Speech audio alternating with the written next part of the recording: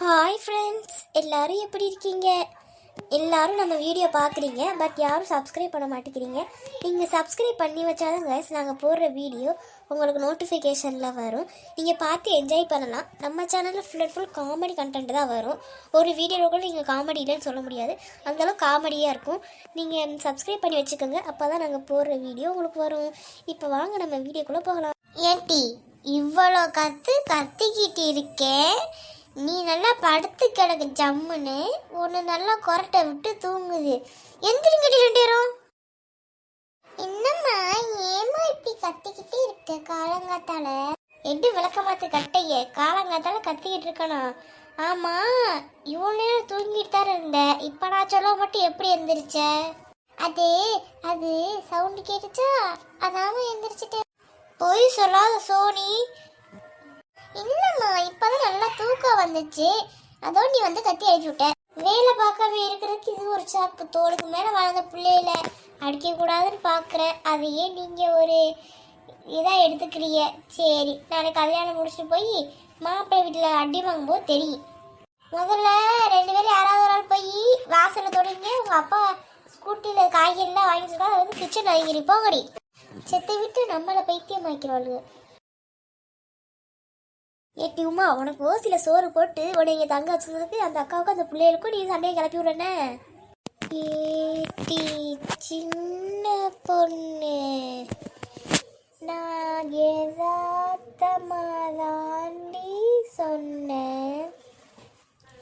அந்த அக்கா இவ்வளோ கோபப்படுவான்னு நான் நினச்சி கூட பார்க்கலடி. சும்மா உருட்டாத உமா.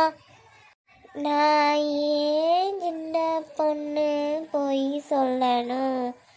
நான் எனக்கு பசிச்சுச்சா, அதான் அப்படியே யதார்த்தமா கேட்டேன்.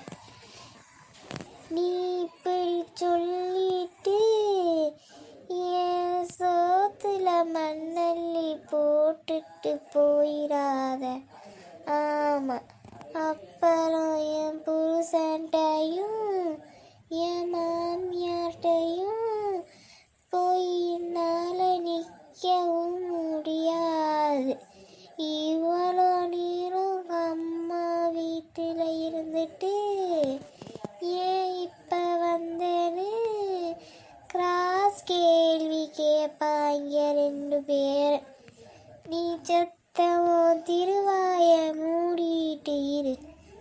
உன்கிட்ட பேச எந்த ஒரு பிரச்சனையும் இல்லை. உன் பேச்சு கிட்ட அதை லட்சு போச்சு பற்றி அதை லட்சம் வச்சுக்கிறேன்.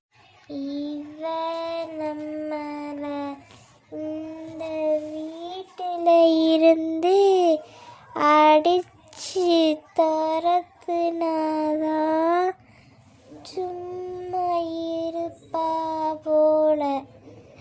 நானே சோத்துக்கு வழி இல்லாம வந்து ஒண்டிட்டு இருக்கேன்.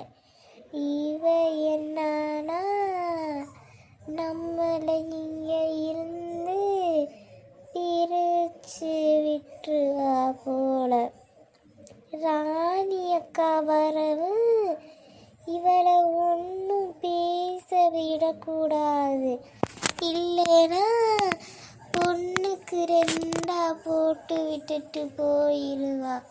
சரியான லூசு இந்த வளர்ந்த சின்ன பொண்ணு.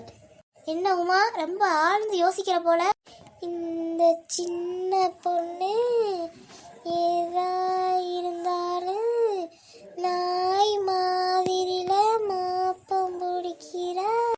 ஒன்றும் இல்லை சின்ன பொண்ணு, திடீர்னு என் புள்ள எனக்கு வந்துருச்சு, அவ்வளோதே. ஏக்கா, அந்த சின்ன புள்ளையில போய் இப்படி கத்தி வந்து கேளியே. இல்லை சின்ன பொண்ணு, நாளைக்கு கட்டி கொடுத்து இன்னொரு வீட்டுக்கு போகிற பிள்ளை இப்படி இருக்கலாமா? அப்புறம் மாமியார் என்ன தானே சொல்லுவா. சரி விடுங்க அக்கா, சின்ன பிள்ளைய நம்ம வீட்டில் அப்படி இருந்தாலும் இருக்க முடியும். மாமியார் வீட்டில் போய் நீங்கள் சொன்ன மாதிரி நான் அப்படியே இருக்க முடியும்? நீ அவ்வளோ விட்டு விடுங்க மாட்டேன். ஆமாம் அக்கா, என்ன கல்யாண வேலையை பற்றி எதுவும் பேசுகிற மாதிரி இல்லை வீட்டில்? ஆமாம் அக்கா, நானும் கேட்கணும்னு நினச்சேன். கல்யாண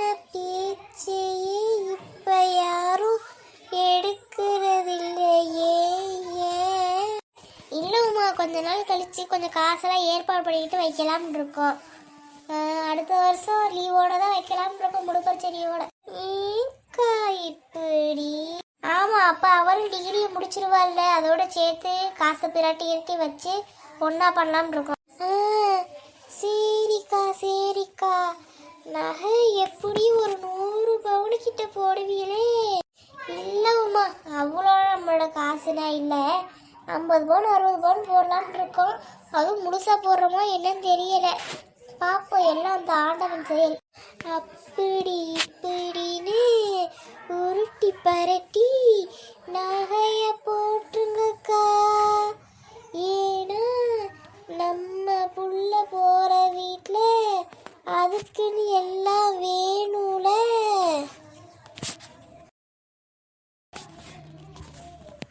அதுதான் இப்போ ஒன்றும் இல்லைக்கா. இப்போ தான் அந்த பிள்ளைய படிச்சிருக்குதுங்களே. கல்யாணம் முடிச்சதுக்கப்புறம் ஒரு 2 வருஷம் கழிச்சு வேலைக்கு போனால் அதுகளே சம்பாதிச்சு அதுகளுக்கு தேவையானது, புருஷனுக்கு தேவையானது, பிள்ளைக்கு தேவையானது எல்லாமே இப்போ அதுகளே பார்த்துக்குது. நீங்களே சொல்லுங்கள், இப்போ இருக்குதுங்க எவ்வளோ விவரமாக இருக்குது. எல்லாம் படிச்சிருக்குது, எல்லாம் வேலைக்கு போகுதுங்க. இதை நம்ம நகை வேற போடணுமாக்கு.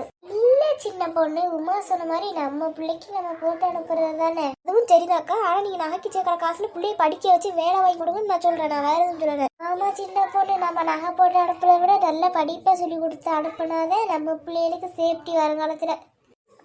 ஆமாக்கா, அதை தானே நானும் சொல்கிறேன். சரி உமா, என்ன சின்ன பொண்ணு, என்னைய வச்சு நீ காமெடி பண்றியா?